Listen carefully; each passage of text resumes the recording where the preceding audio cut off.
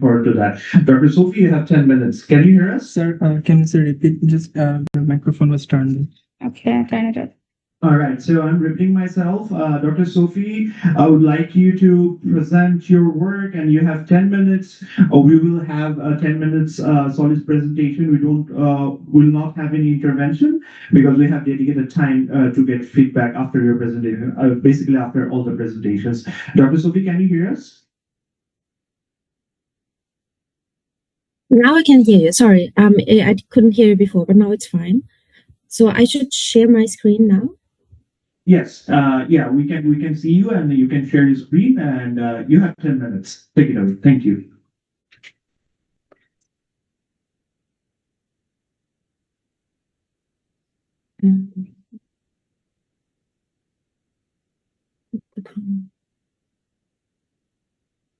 Okay, so something is blocked here.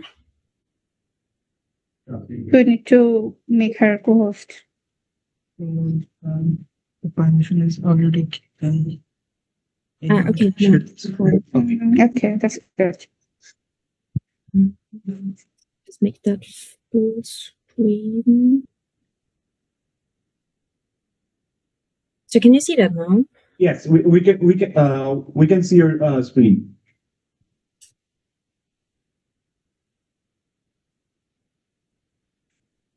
Sorry, but it's not in presentation mode, is it?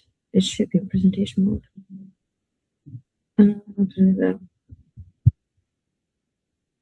Well, anyhow, so maybe I just stay on this slide and don't put it into a presentation mode because something is not really working here right now.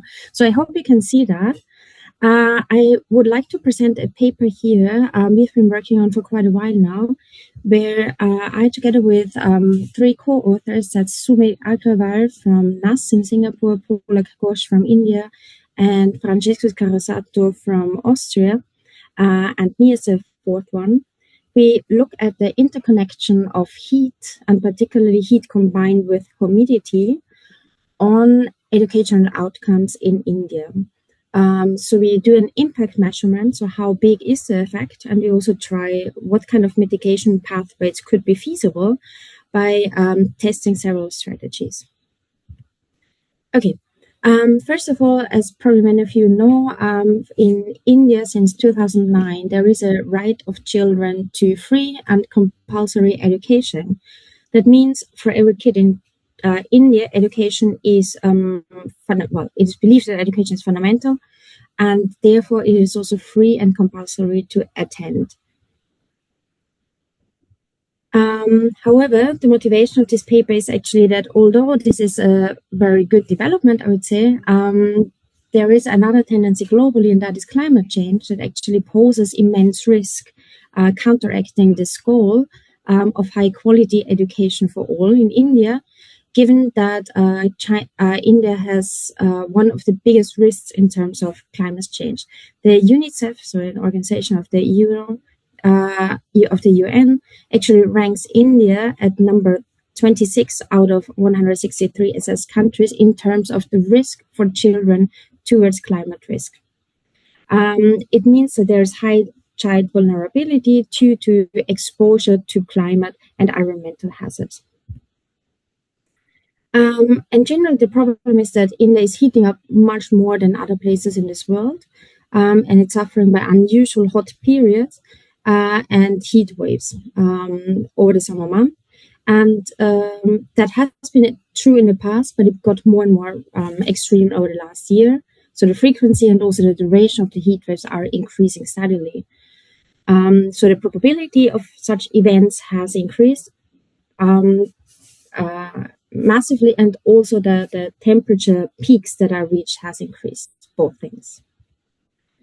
So the goal of our study is actually to estimate not the mechanism of how heat affects children's educational outcome, but we look at the reduced outcome, so to say, so the outcome of this complex process by looking at how do children perform in standardized tests in different years. That means different exposure to heat as well as in different locations in India. So by that we get a lot of heterogeneity, and we test whether there is a causal link between hot temperature and a hot humid temperature in particular, and more kids not living up to their potential. So we have, yes, so what we do is that we look at one exam. After 8 years of primary compulsory education, there is a final examination every kid is taking. If a kid is not passing this exam, nothing officially happens, although they can generally not continue to higher education. And it also sends a very strong signal to future employers if this exam is not passed. On the other hand, you can not only pass the exam, you can also receive a distinction, which actually sends a very positive additional signals for future development. So there's a lot of literature that heat and humidity has negative effect in general for different places, but nothing about India, not that big countrywide assessment. But I think I will jump over as we don't have so much time. So what we do is we make use of a data set that is called the District Information System for Education, DICE. That is a data maintained by the Indian Ministry of Education and reports results for the upper primary level examination, that is after 8 years of schooling. So we have the results on different schools, always on a class level. So we know in each class how many girls were there, how many boys were there, and different ethnicities, and how many of those kids pass and how many achieve a distinction. That exam takes place usually in March, and we actually observe the kids between June and March, so the entire school year, for the years 2014 to 2017. And we observe two things. So we observe whether they pass, that means they score at least 35%, or whether they receive a distinction. Okay. We focus not on entire India, but we focus on all the states, which I've marked here, where the exam really takes place in the same month. Because in some other states, there is a bit of variation when they actually do the exam, but in those states, it's happening at the same time. And we have lots of schools we assess. So every single black dot on the right-hand side is one school. We match this school data with meteorological data measured via satellites to actually elicit the outside condition during the exam period and the school year preceding. So we rely on the Copernicus Climate Change Service that allows us to analyze all the satellite data from the European Union as well as the satellite data from NASA from the US. So we have hourly. For small grid cells, we measure things like temperature in different ways. So we look at the average maximum temperature during school days. We exclude weekends, and we also exclude major holidays. And for robustness checks, we also test further heat and humidity measured in terms of thermal comfort. So we have temperature measured on the ground. We are weather stations. We have wet bulb temperature. We have the heat index, full temperature distribution measured in small bin, as well as the concept of tropical nights and the auroral temperature ranges. And for all those measures, the results are very consistent. We also add further climate condition because temperature is not everything. So we will have relative humidity, which is very important, as hot, humid things are the most dangerous things, so this combination.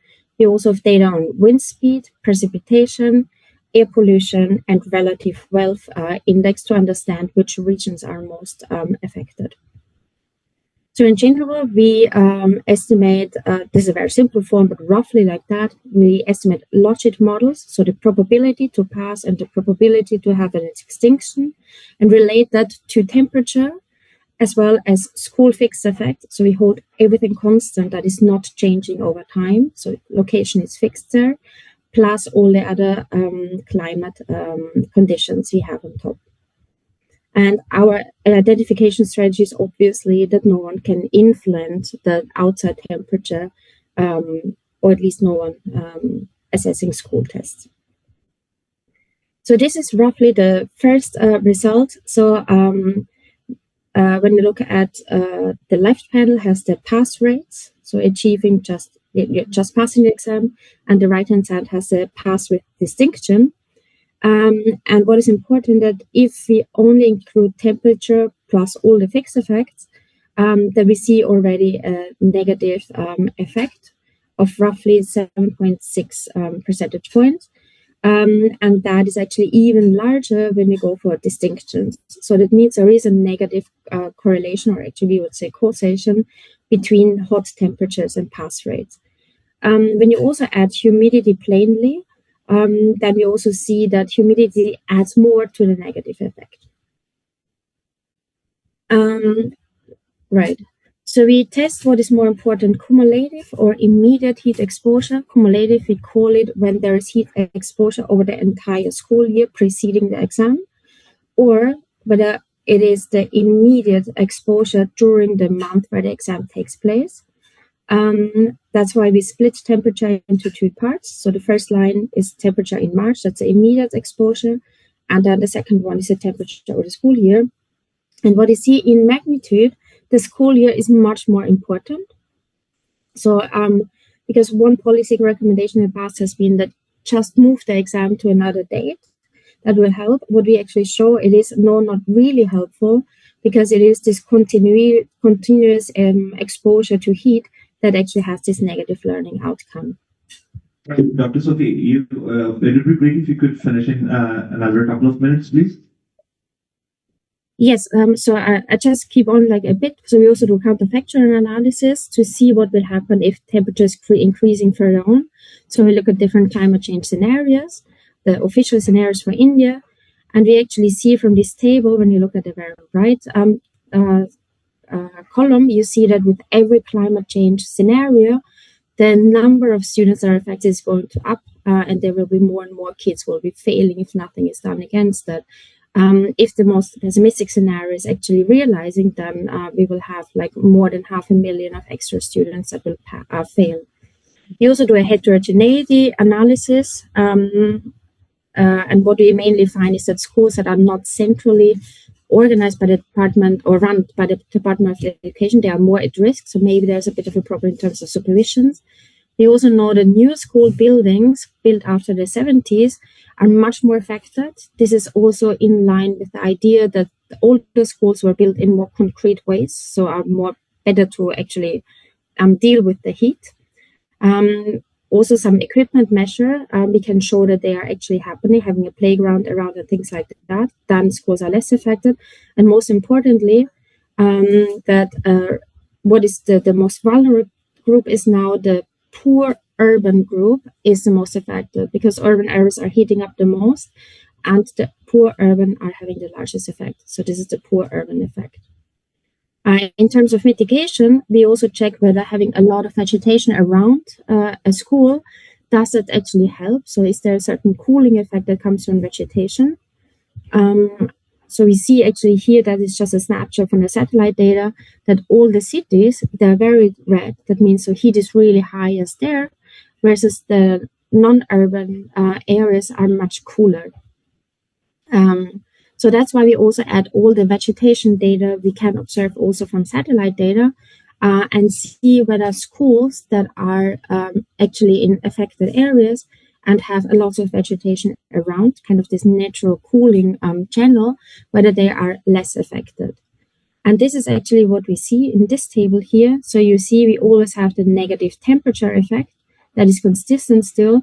However, there is a certain type of offsetting effect, a positive one, when we add also the density of vegetation, quality of forest. It's actually any type of vegetation that is in the immediate surrounding of the school. So you can actually show that having more vegetation helps to cool down the microclimate, even in hot urban areas, and by that actually also having a positive effect of educational outcomes. So just summarize fastly.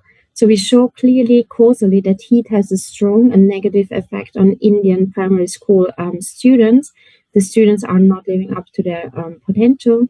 We can document that heat is crucial. Many more kids are failing this very important final exam. And it is particularly harmful when this is in combination with humidity. It raises also concern given future climate projections, given that the projections for India are actually that it's becoming even hotter. So hence there's potentially a huge loss in human capital that may massively negatively affect the future prospects for this country. In terms of heterogeneity, we reveal that some children are particularly affected. So socioeconomical kids or disadvantaged kids are most affected, and particularly disadvantaged groups in urban areas. And that probably are disposed where most intervention is needed. And we can also show that relying on increasing the vegetation around buildings doesn't offset the effect, not at all, but can help at least a bit. Thank you very much. Thank you so much, Dr. Sophie. Thank you. Can we have a round of applause for Dr. Sophie? Thank you. Great presentation, great paper. We do have some feedback maybe after a couple of more presentations. We'll get back to you with your comments. Thank you. Now I would like to invite Mr. Jamil Akhtar to present his paper on perceived costs, benefits, and barriers of climate adoption among smallholder farmers in grain tract Bangladesh. All right. Mr. Jamil, 10 minutes. Thank you.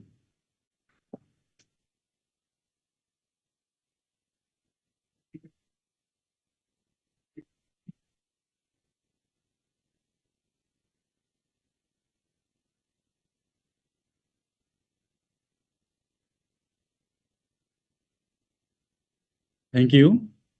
Honorable Chair, discussion, and fellow participant. Assalamu alaikum.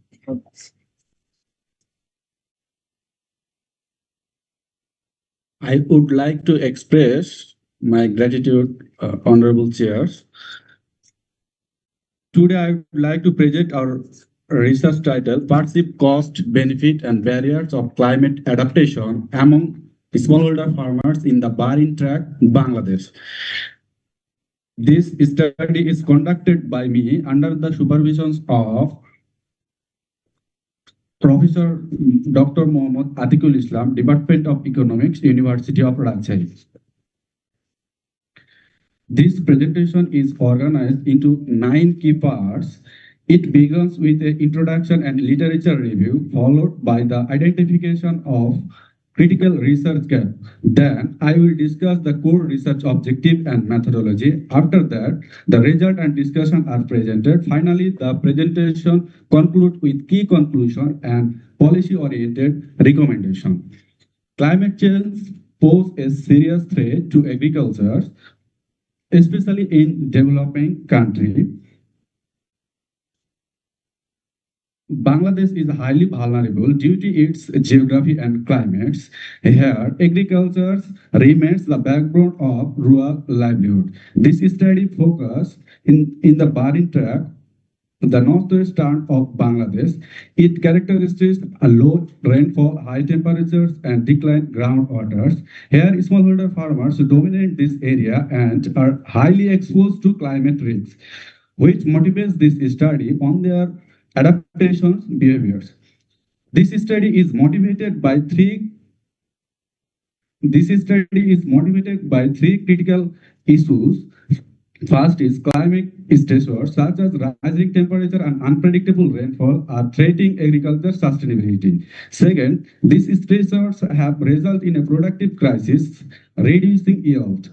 Third, effective adaptation is constrained by resource deficit, particularly limited access to finance, climate resilient technology, and information. This is the objective. First objective, to describe most commonly used adaptation practice and farmers' perception of their cost and benefits. Second, to identify the barriers preventing smallholder farmers from adopting this adoption practice. Previous study confirms significant negative impact of climate change on agriculture. It is true that previous study in the Barin Tract have explored climate adaptation and barriers, but most of the study focused on general adaptation strategy or structural or economical barriers, but did not examine psychological or behavioral factors that can influence farmer drought adaptation behaviors or adaptation behaviors. My study is different because it integrated perception, motivations, and awareness. This approach provides a new insight into why farmers adapt or or failed to adopt adaptation practice, which was not addressed in earlier researchers. Therefore, my study fill a critical research gap.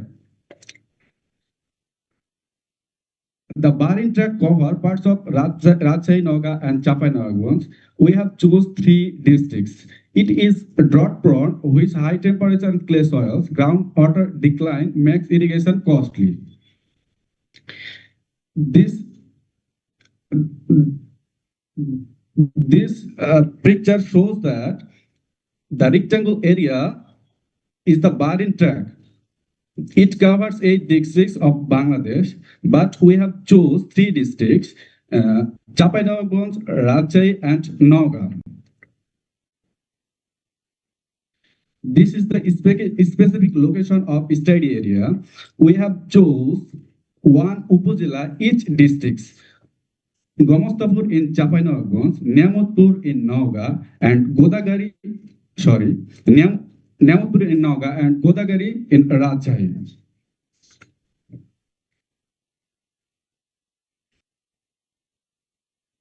This study follows a pragmatic philosophy with a quantitative research approach. Data were collected using a pre-test structured questionnaire.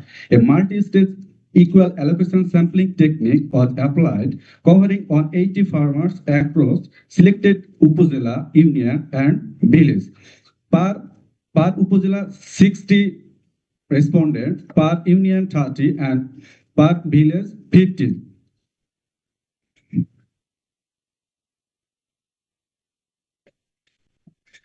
We apply descriptive statistics to summarize farmer age, gender, education, income, farmer size, and farmer size and Then we ranked adaptation strategy. We have used relative important index ranking 1 to 3. This is the formula where W equal OS, A equal 3, N equal total respondent, rank 0 to 1. Higher rank indicate that it's more important or commonly more important in adaptation practice. Then barriers to measures weighted average index ranking 1 to 15. 1 equal strongly disagree and 5 equal strongly agree. This is the formula where PI severity score, FI frequency, and N equal respondent. The key social characteristics of the respondent: most farmers belongs to 40 to 49 years age. The respondents are predominantly male and the majority are married. Most households are minimum size 5 to 7. In the terms of education, primary level schooling is the most common. Regarding farming experience, most farmers have more than 10 years of experience.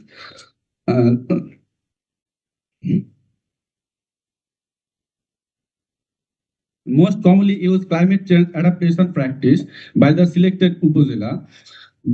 We have chose 3 upazila: Godagari, Gomostapur, and Niamatpur. Each upazila top 3 most important adaptation strategy. Godagari upazila, tractor plowing, more irrigation, using improved seeds, and Gomostapur, more irrigation, tractor plowing, row planting, and Niamatpur, more irrigation, tractor plowing, and row planting. RRI scores, or relative important scores, is very good in 3 most adaptation strategy. And overall climate change adaptation practice using RRI, most top 3 adaptation practice: more irrigation, tractor plowing, row planting. And last is participate in climate smart programs. Upazila-wise farmer perceive costs and benefits of after adaptation. First, we have chose 3 questions. First question is, what is the initial cost of implementing climate change adaptation strategy? Most of the respondent response 5,000 to 10,000.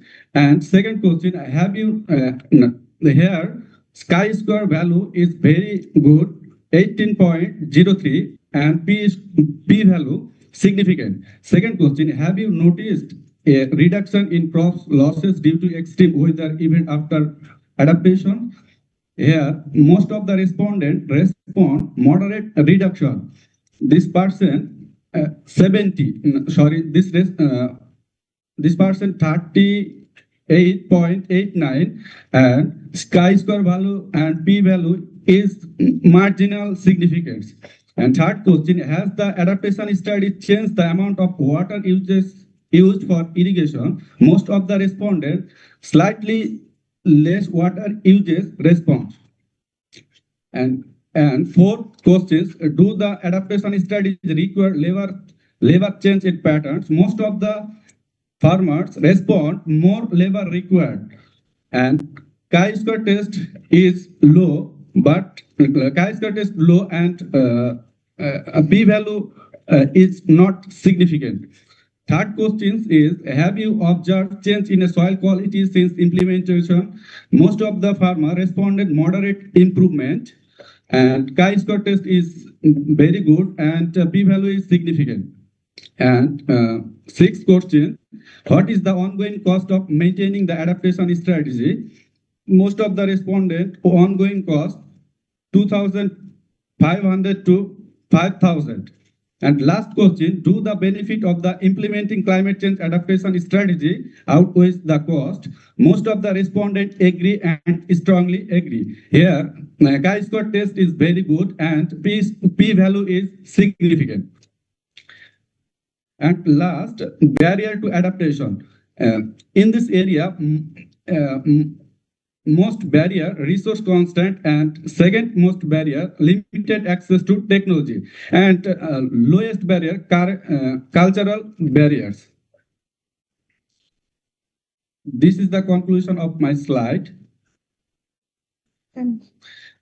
Finally, recommendation. Quick, in 1 minute, please. Yeah. Finally, recommendation, financial support. Here, subsidies, low interest loans, input delivery, timely action to drought tolerant seeds, water saving technologies, and organic fertilizer, inclusive adaptation program designed to involve farmers through targeted training and support. And fourth, extension service, strength training programs, mobile-based advisory assistance, and regular field visit. And last, infrastructure investment, irrigation, canals, shortage facilities, roads, and rural electrifications is developed. This is the reference, and thank you. Thank you so much. Thank you so much, Mr. Temple, for your presentation. I'm pretty sure we'll have some feedback and questions for you. So now I would like to invite Ms. Tanima Akhtar for her presentation on pathways out of poverty, the role of farming and non-farming livelihoods in climate vulnerable rural Bangladesh. Tanima, you have 10 minutes. Thank you.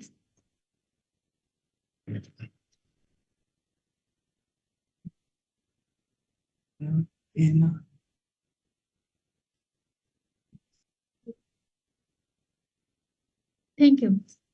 Good afternoon, everyone. My name is Tanima Akhtar, and I am from Department of Economics, University of Dhaka. Today, I am presenting my paper titled "Pathways Out of Poverty: The Role of Farming and Non-Farming Livelihoods in Climate Vulnerable Rural Bangladesh," using evidence from BHS 2018. Let's begin with the context. As we know, Bangladesh is one of the most climate vulnerable countries in the world. Every year, each household faces rising floods, worsening droughts, salinity intrusion, crop failures, and these shocks hit rural households the hardest, and the farming households are directly in the line of fire. But here's the question that motivated me: does farming protect you from poverty, or does it trap households in it?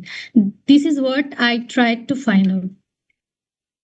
As you know, rural Bangladesh is undergoing some transformation. Some households still depend fully on agriculture. Others have moved into trade, services, and wage work. These two groups, farming and non-farming, often live side by side, but their economic realities may be very different. And in a climate sensitive economy like Bangladesh, this difference matters enormously. If farming households are more vulnerable, then climate shocks are not just environmental, they are poverty shocks. Based on this context, my study asks three specific questions. First, which type of household, farming or non-farming, faces higher poverty incidence? Second, which group has a greater chance of escaping poverty? And finally, what household level factors such as education, family size, remittances, and location drive these differences in poverty? For the data, I use BHS 2018. There is a total sample of 6,503 households, and my final analytical sample was 3,222 after removing some missing values. After reviewing some literature, I found some key factors that drive poverty. They are education, literacy, age, family size, dependency ratio, remittance. My study based on this. For the dependent variable, which is poverty, I calculated monthly household expenditure. Rather than used a fixed poverty line, I used a percentile threshold approach to create 5 poverty categories. My major independent variable was farming household. It's a binary variable which shows whether a family is farming or non-farming. I used other variables as control based on the literature. For the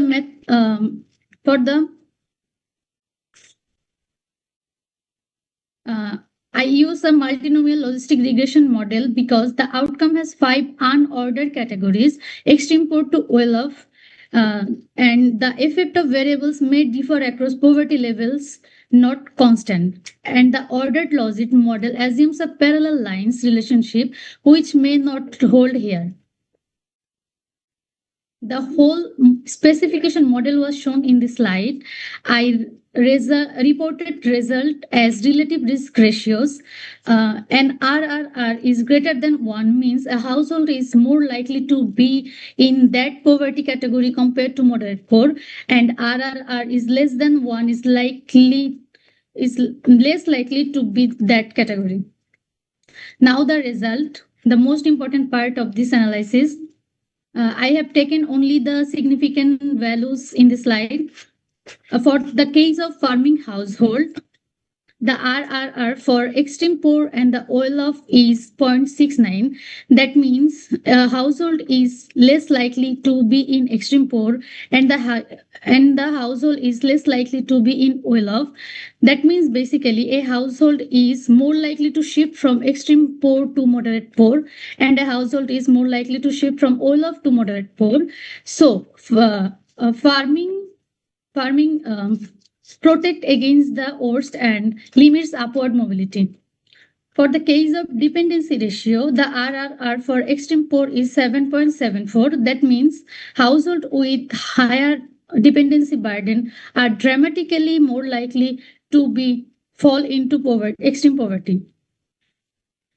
As we can see in the table, the literacy and the household size are consistently moves households move up into the poverty ladder. I think she was having this one. Okay. Thank you, guys. Thank you.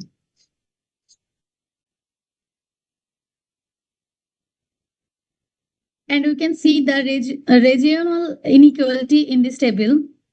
While Chittagong households are less likely to be in extreme poor and more likely to be remain in oil off section, while Khulna, Rajshahi, Rangpur, Sylhet are struggling to escape out of poverty. And lastly, we can see that external remittance shows strong pathways out of poverty. Based on my findings, I offer some policy recommendations. That is, as farming provides security but not prosperity, government may offer agricultural credit, modern input access, and market linkage to help farmers increase income. Prioritize infrastructure, schools, and economic programs in Khulna, Rajshahi, and Sylhet and the lagging division as regional disparities are significant. and launch targeted adult literacy programs in rural areas like literacy with vocational skill certificates, as literacy strongly reduces poverty. And finally, climate change in Bangladesh is not just an environmental problem, it's a poverty problem. Farming households sit in the middle, protected from the worst but blocked from the best. The path forward is not to abandon agriculture, it is to make agriculture work better and to build bridges to other opportunities. Education, remittances, income diversification, regional inequity, these are not just policy words, they are the actual levers that move households out of poverty. Thank you. Thank you so much, Nalima, for your presentation. Right now, I think in the program we have our discussant, Nabila, with us. So Nabila will spend around 15 minutes with her comments on two papers. Nabila, over to you. Thank you, everyone. Good evening, good afternoon.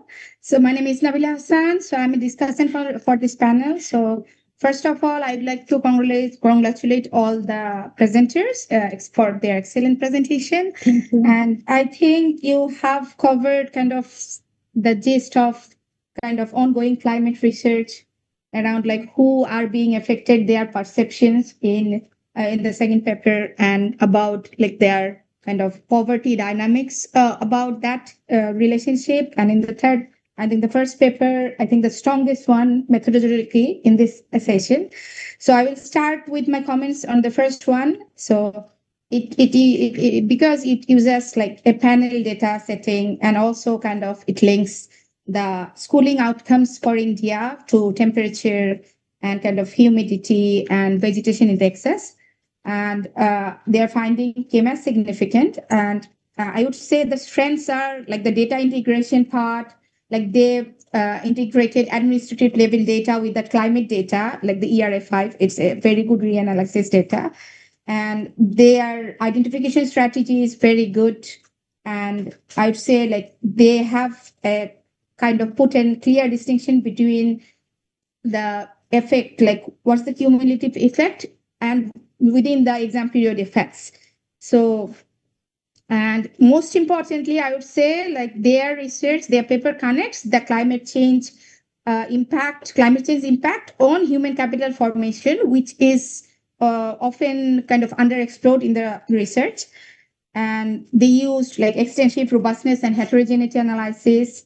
And I would say like, although it's a very strong paper methodologically, they have, I think, couple of limitations.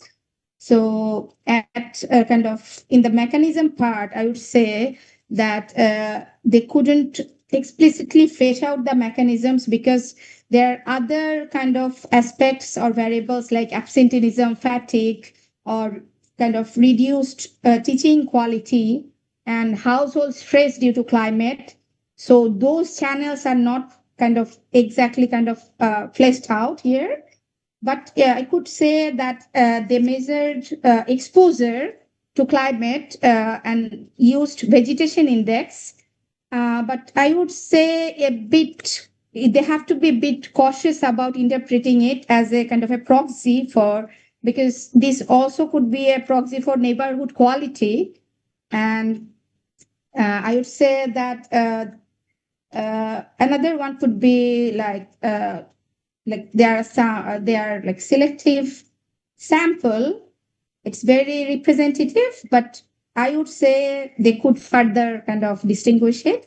And for the vegetation index, what I meant to say, like they can see the interaction of the vegetation index with like school infrastructure quality, or like roofing, ventilation, or electricity, whether there is a causal kind of impact of their joint kind of causal impact in that regard. And kind of I would say I have a couple of questions for them, but maybe I can ask it, or should I continue? Yeah, you can pose your Pose it. question. Yeah. So I would like to ask Ms. Walteri, how much of the effect is like for the classroom heat versus the household level stress, if there is any indication in the paper, or cold, like with the exam timing, I would say like, is it a kind of a good instrument? Like how would you defend your instrument?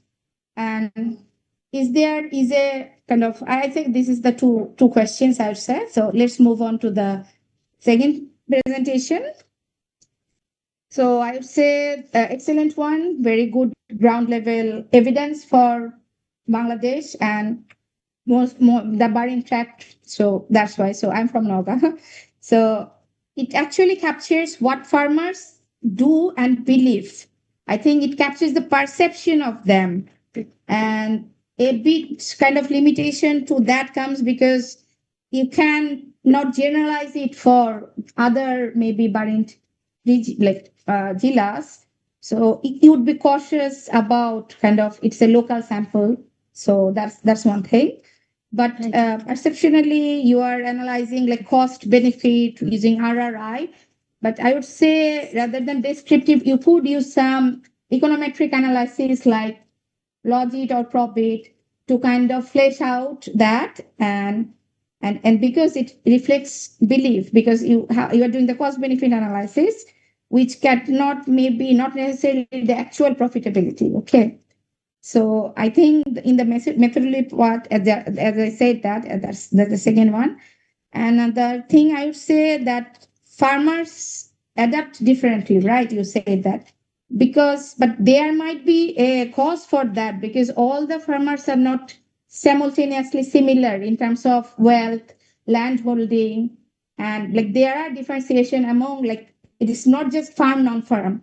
So within the farming household and non-farming household, there are differentiation in wealth or like maybe some wealthy farmers are doing it like there could be a biased result in terms of that. And I would say you could link in your econometric model like this adaptation measures as like with yields, income or crop loss. You can take these variables and kind of try to distinguish between individual and collective adaptation. So it could be like for individual collective adaptation measures and used like irrigation. So these kinds are often at irrigation like quality, irrigation and seed, planting seed, those three adaptation technologies coming out. So these are not kindly purely individual, they are also institutional factors because then their improvement needs institutional support and kind of I'd say like those are kind of broadly some feedbacks and strengths from my side and I will finish from you for asking some question. So should we use this evidence like to interpret as an adaptation kind of effectiveness or kind of we would say like it's kind of primarily based on kind of perception and the constraints that the farmers face. So what would be your answer to this and how different are the adaptation patterns between these like well differentiated farmers like tenant farmers and owner farmers? And because I would say like under the drought condition is like irrigation itself has different aspects technologically. So I would finish up for there. So I would say for your paper, I would like to also congratulate you, very good one. And I would start by saying that it's an excellent approach for this important policy question about how poverty kind of is poverty is differentiated between different livelihood types, right? Like who are and it addresses this critical development question. So it goes beyond kind of conventional head count ratios and you are categorizing the poverty dynamics like that, like the extreme poverty who are well off or not. But I would say that methodology you are using the percentile threshold approach. So I previously knew that you are continuing the work for all the three panels, so I will not say about that. But I would say one limitation I found that there could be an identification endogeneity of the livelihood choices. So you are saying kind of this adaptation farming, so education, so for those things like uh, this could be a bit different. Let me just continue that for the vulnerable farmers, right? Like farming, non-farming. So here you could, let's say, sorry, I think I'm repeating from him. Sorry about that. So in your paper, you're mentioning pathways out of poverty. So here in this paper now, currently you are kind of capturing the path, like the static phase, not the transformative phase. So it might be like with the language a little bit about that. And I would say you can incorporate kind of climate data here because VHS had a set of harmonized VHS data set. So you could include the exposure aspect of it or kind of try to dig in deeper within your results, strengthen your results. And you can also try alternative modeling, like you can use Logic Probit as robust net checks if you want to do that. And I would finish by saying that is this the farming coefficient that you get? Is it really capturing the effect of farming or the like kind of household type of farmers like so they are affected? Sorry, I've mixed up. So I think the last question is, yeah. I would say one question is more than enough for you, but I would just let's conclude my talk here by saying that we are like in this panel, it's a very intriguing panel with intriguing development questions, and we are kind of focusing on who are kind of being affected. They are kind of perceived and like constrained in the second presentation. In the first presentation, we are broadly like asking what is the human capital formation impact of climate change, and in the third paper, we are kind of trying to go deeper in the poverty dynamics aspect of it. And I would say like the next step could be like how you could make these answers more comparable, but also keep them more convincing or strengthening the causal part of the papers, maybe in the first presentation, and make the policy recommendation more sharper or polished. Thank you, everyone. Thank you for giving me this opportunity. Thank you so much, Nabila. Those were really useful comments, and you summarized the three papers very well. And thank you so much for posing those questions to the presenters. So I think the way we'll go now, I will give because we're doing very good on time, so we have enough time. So what I'll do right now, I will give the presenters the opportunity to give some comments or maybe share their thoughts on Nabila's comments, and then I can add a few questions. Then we'll open up the floor for more questions. So first, I will just go by the order of the presentation. Dr. Sophie, if you have any comments or some answers of the questions that Nabila posed, that would be great. Yeah, thank you very much. Also, thanks for discussing our paper. I think the major point of critique you posed was that it may not be causal, the vegetation in the surrounding of schools, because it may correlate with wealth of the region and things like that. That is true, but I mean, first of all, we keep schools fixed, right? And we have one specification. I didn't show that separately in the presentation, where we only look at changes in vegetation, so vegetation shocks, so to say, by that identifying it. And the other specification is by using a Bartik style shift chair as an instrument, by again using the historic vegetation and then looking at changes in vegetation over time. So that is the share thing we look at, and by this identification strategy, I think we can address this problem, because otherwise it would be totally correct. We can never show that this is really something giving us external or exogenous heterogeneity. But I think we have addressed it as much as possible. Other data we unfortunately couldn't find to show that anymore. Policy recommendation, we have actually made that section a bit stronger in the meantime, because I think that was also in the past a bit too short yet, but we have extended it. Thank you very much for discussing our paper. Thank you so much, Dr. So we will come back to you with more questions. So now I'll give opportunity to Mr. Jamil if you would like to address some of the points the discussant has raised. Thank you. Can I speak in Bangla? Go ahead. What? Yeah, sure. Okay. This is my sorry.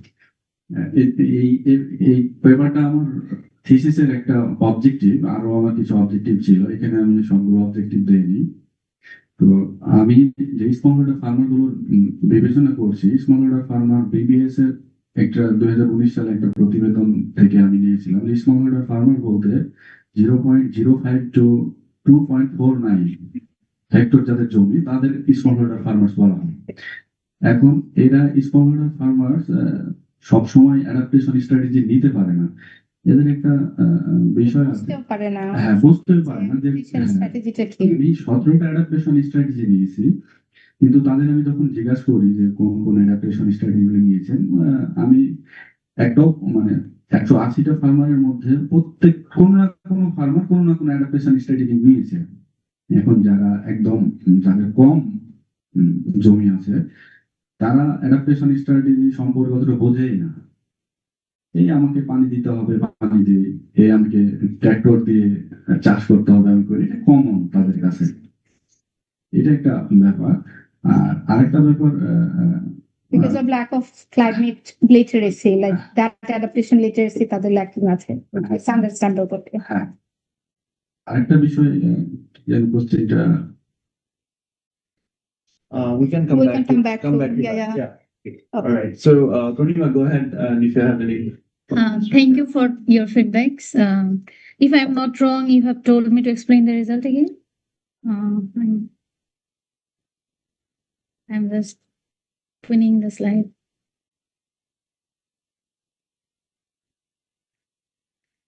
I reported results as relative risk ratio. Right. If relative risk ratio is greater than 1, it means a household is more likely to be in that Likely to group be, compared yeah. to Other moderate poor. others. So in case of farming household, an RRR is 0.69 means a household is less likely to be in extreme poverty. That means basically a household is more likely to shift from extreme poor to moderate poor. Moderate poor. But the oil of section is more likely to shift from oil of to moderate poor. Okay. That's my result. And going forward, I will incorporate later waves of BHS in my study. Thank Yeah. you. Thank you.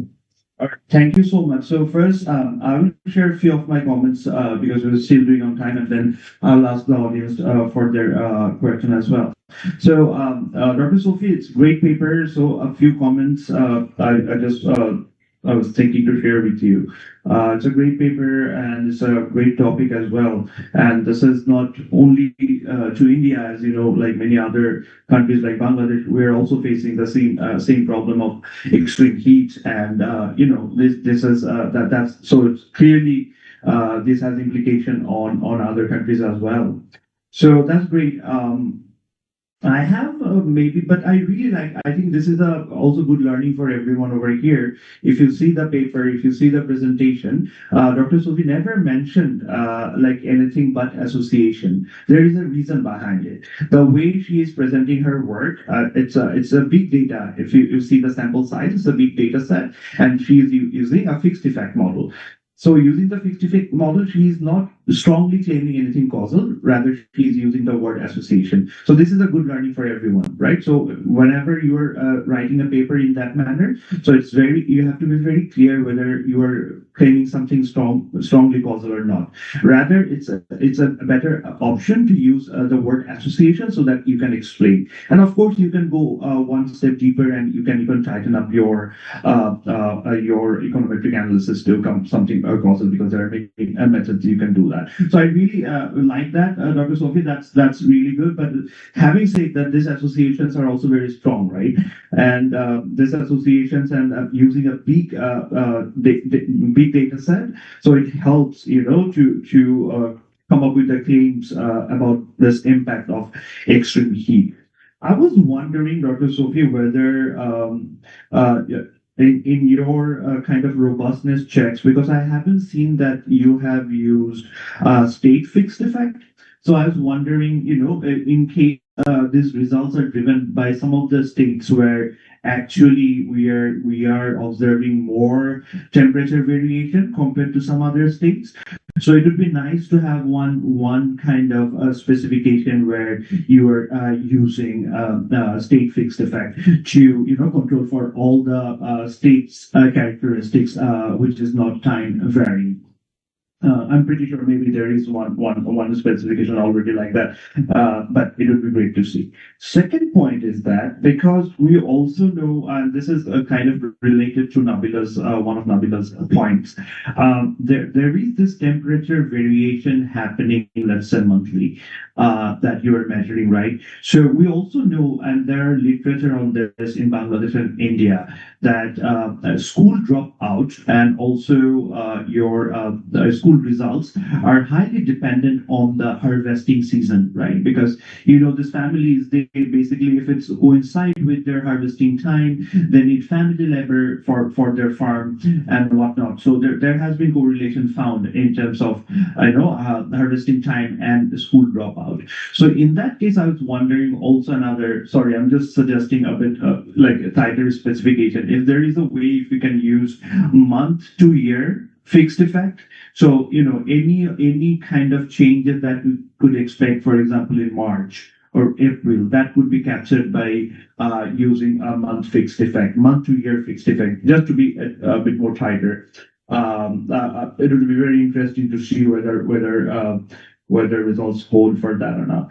And the third point would be, so the association number that you presented is quite weak, right? So it's almost like I think a degree Celsius is associated with what 43% dropout rate, if I was not mistaken. But if you can put that into literature in terms of other natural experiments where it has found the dropout increases for some reason or the grades fall, do you think these are big numbers compared to the literature, or you think these are reliable measures and this fits it well in the literature? So I'll stop here and I'll give you a chance to respond to any of these questions. Thank you, Dr. Suri.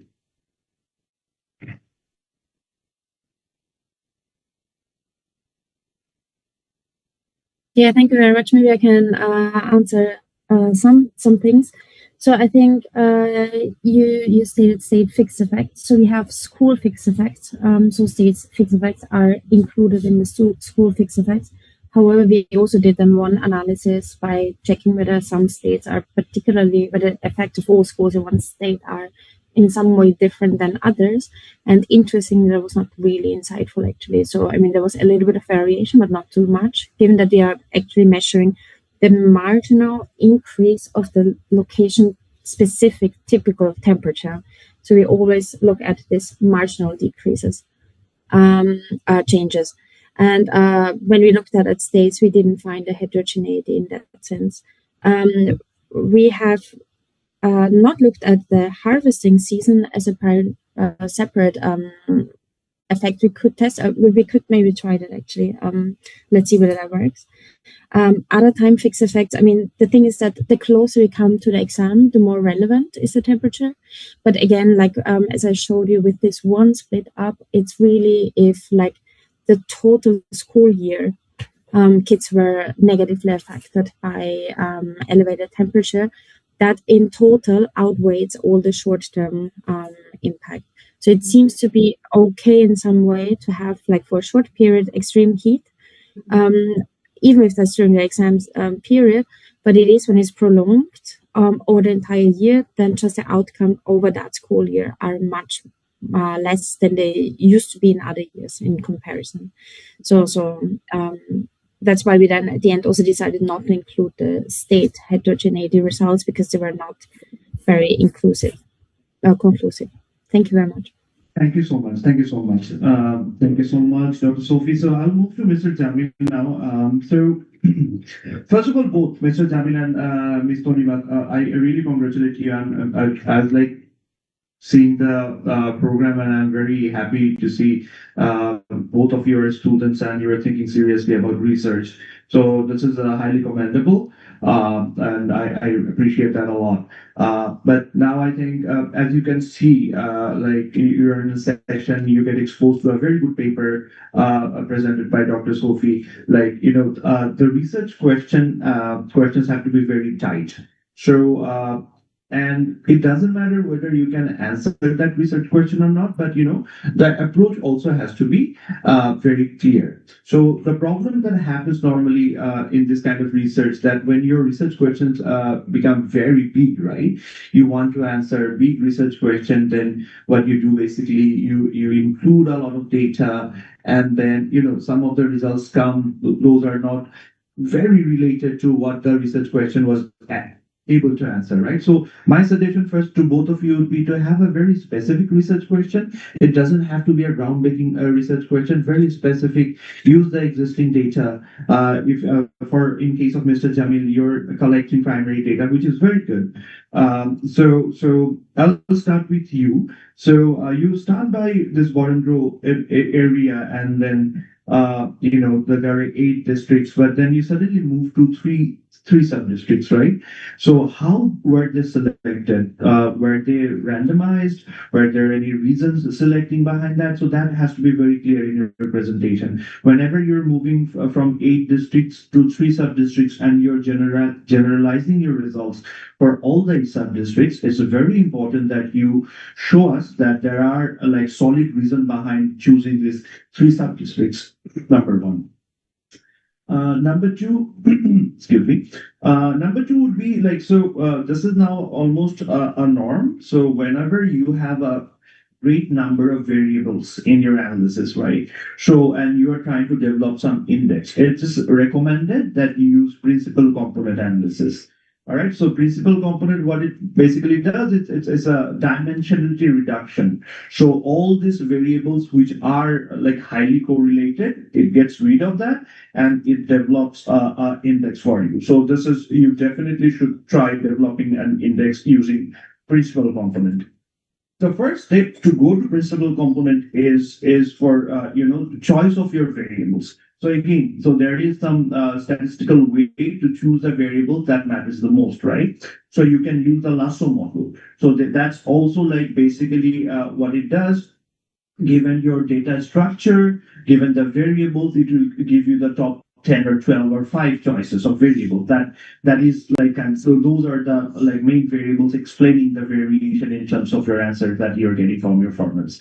So these are technical part. I'm pretty sure you can use this because you have a very good primary data that you have collected. So try to use these methods to improve your paper. And in terms of presentation, I think you can always keep those the value of chi-square, value of p, saying, so you should present it in a way that is apparent on your table, so that you don't have to say that out loud. Okay, so that kills time for your presentation.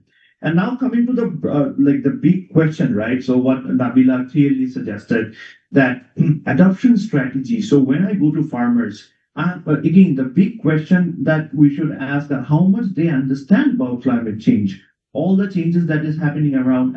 As you clearly know, the impact of climate change is very slow moving.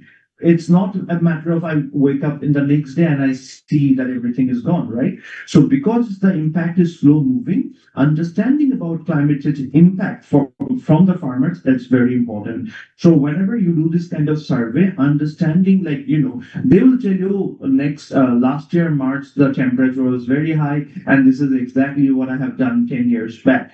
So the question is that whether it's adoption for climate change impact, or it's a general adoption that farmers in these areas have always been done. So that's the distinction you need to make. All right. So before even going to adoption strategies, understanding about what farmers believe, what farmers know about this kind of impact, that is very important, and it's there where you can contribute. So that would be my suggestion for your paper. Now, Tonima, I think again, I really appreciate that as a student, you are trying to do something very important. And BHS, you might know, it's IFPRI's data set. So this is our flagship work. And as Nabila has suggested, there is no harm in trying out the full panel 2011, 2015, 2018. Even in 2024, we did conduct another round of survey, but the modules were smaller. But I think for your purpose, you can use that as well. So please reach out to me. I can share you the 2024 data as well. So this is something, the question that you're posing, it's very important that you use the full panel, number one. Because one snapshot of cross-sectional data in 2019 might not be able to help you with your the research question that you're posing. So that's first one that Nabila clearly suggested. So that's going to be your first step. Second thing is that when you are distinguishing between farming and non-farming households, right? So so fundamentally we always want to compare apple to apple, right? So the whole idea of developing economics and causal evidence is like how to reduce endogeneity, how to reduce selection bias, right? So now a choice of household is already a farming household. The choice of household is already a non-farm household. There are many variables behind it, right? So you have to be very clear whether there are some variables which are matching, which are actually letting you compare farming versus non-farming households, right? So you have to be very clear about that, how you're distinguishing between these two categories. If not, then it is very hard to say, well, farming households have this advantage. Of course, they have this advantage. They chose to be farming households, right? So that's why I think the panel use is very important, because you can see some kind of transition within this 13 years, that some of the farming households are becoming non-farming households, some of the non-farming households are becoming farming households. Over there, you can use your method and come up with all these indicators that might, explain how they're doing better in terms of this, poverty reduction, or moving from this poverty dynamics. Yeah. So yeah, again, I think you have used some divisional results. So I'm not sure whether you have used division. So VHS is basically national representative data. If you have to use divisional representation, you have to use the divisional weights. So make sure to use that as well. And another thing that caught my mind is that you said that you dropped. So your sample from 6,500 became 3,000 something because you dropped for missing values. Never do that. So never drop data. Data is like gold, right? So try to use the full sample. Missing value could be for some of the variables maybe you didn't find. That's why you thought, okay, I'll move that. Don't do that. There are many ways you can address the missing value problem. So try to use the full sample. That will give you more power to detect some changes. I will stop here. So, Jamil and Tolima, I would request you, just if you have any feedback on my comments, feel free to give that. But let's first get some questions from the floor, and then we can come back. So please introduce yourself and ask the question, and mention the presenter that you're asking the questions. Thank you. Go ahead. You had your hands up? No? Okay.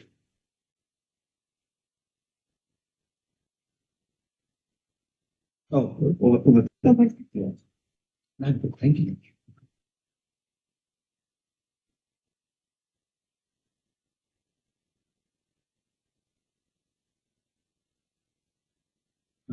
Hello, this is Saqib Hussain from Department of Development Studies, University of Dhaka.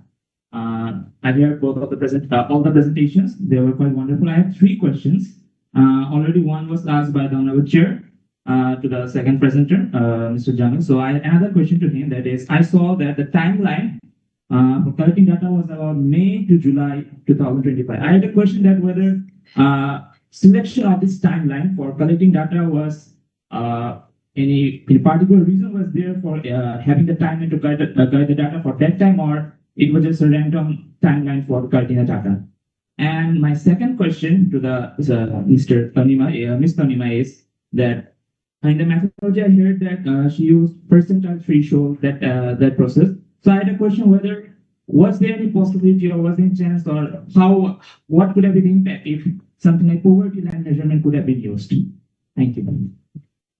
Great question. So we'll collect a few more, and then we'll come back to the presenters. Please go ahead. Feel free to ask questions.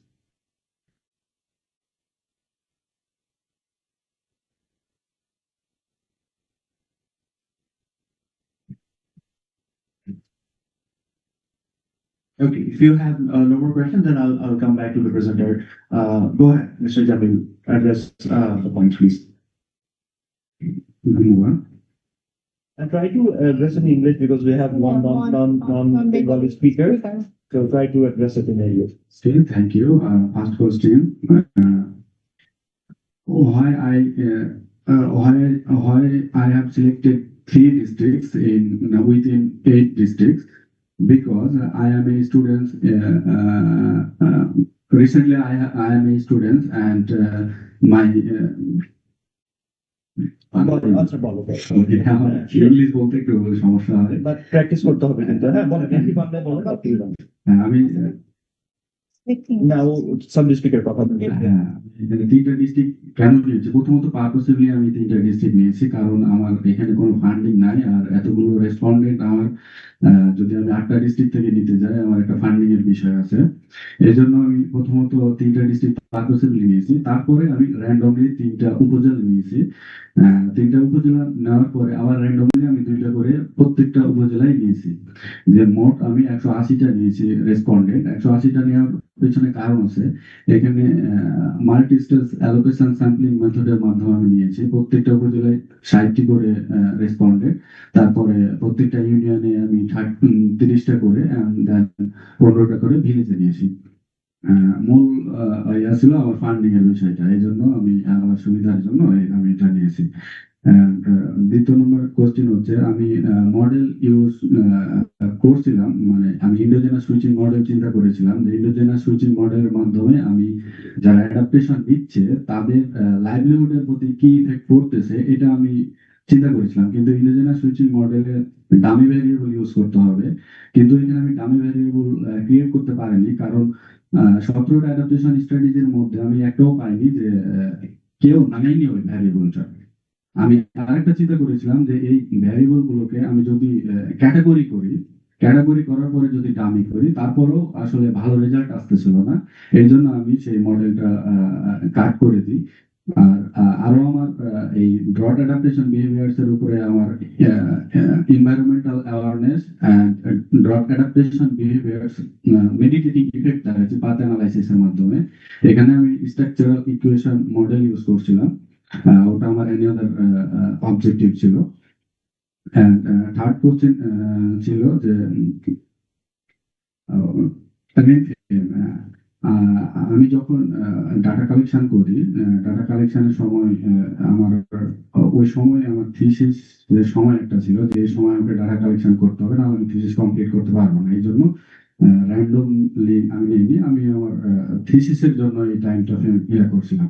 আর যখন adaptation strategy গুলো আমি বলি ফার্মারদের, আরেকটা question ছিল যে কিভাবে আমি তাদের বোঝাইলাম যে তারা ক্লাইমেট চেঞ্জ হচ্ছে তারা কিভাবে বুঝতেছে। আমি ওদের এভাবে কোশ্চেন করছিলাম একদম গ্রামের ভাষায়, যেটাকে বলে যে আসলে আপনি 40 বছর আগে একরকম আবহাওয়া ছিল, এই 40 বছর পরে আপনি কি দেখতেছেন।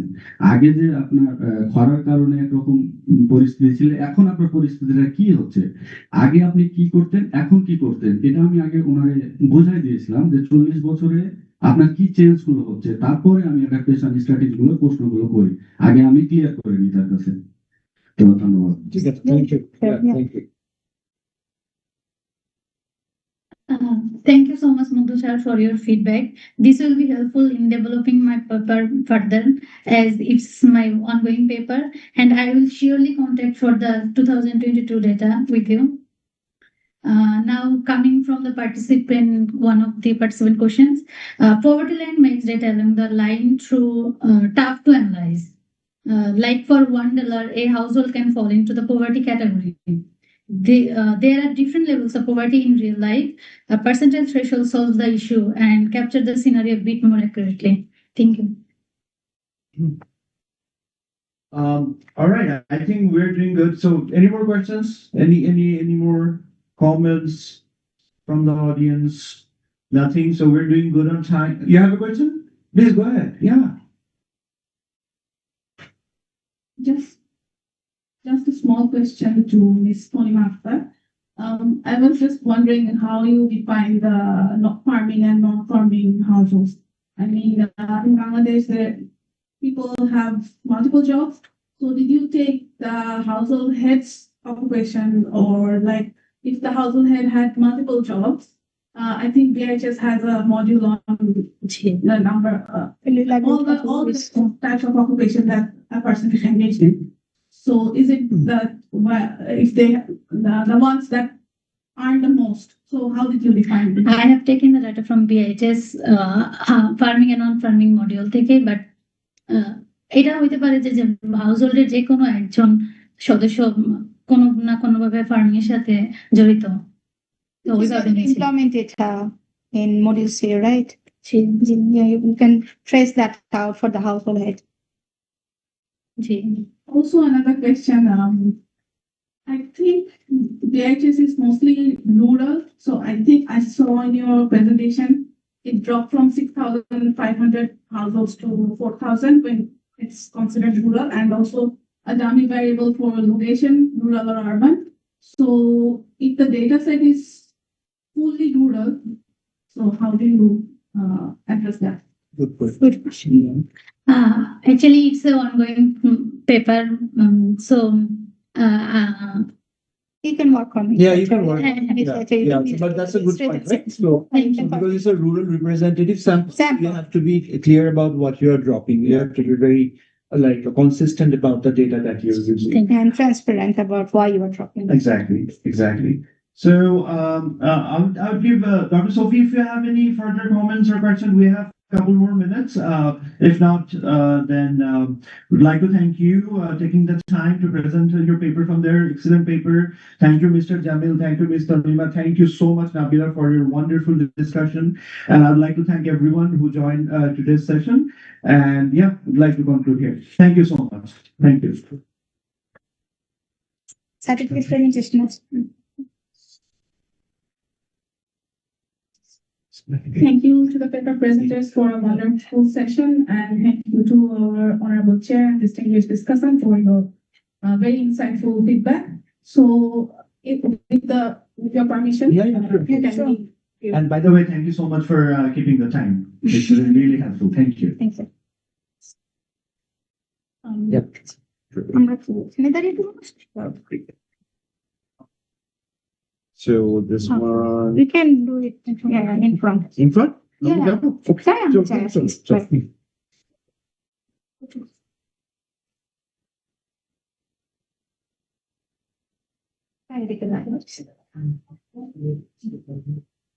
প্রথমে এটাকে দিচ্ছেন না।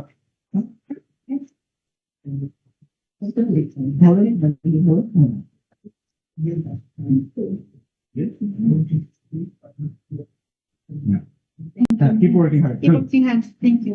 কার সাথে কাজ করছো? তোমাকে টিচার কেউ দিয়ে হেল্প করছে? জি, শাহাদাত sir. Shadat sir. Okay. There you go.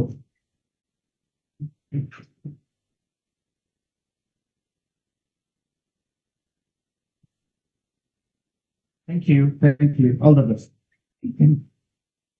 Thank you, bhai. Of course, Bhai. Thank you so much.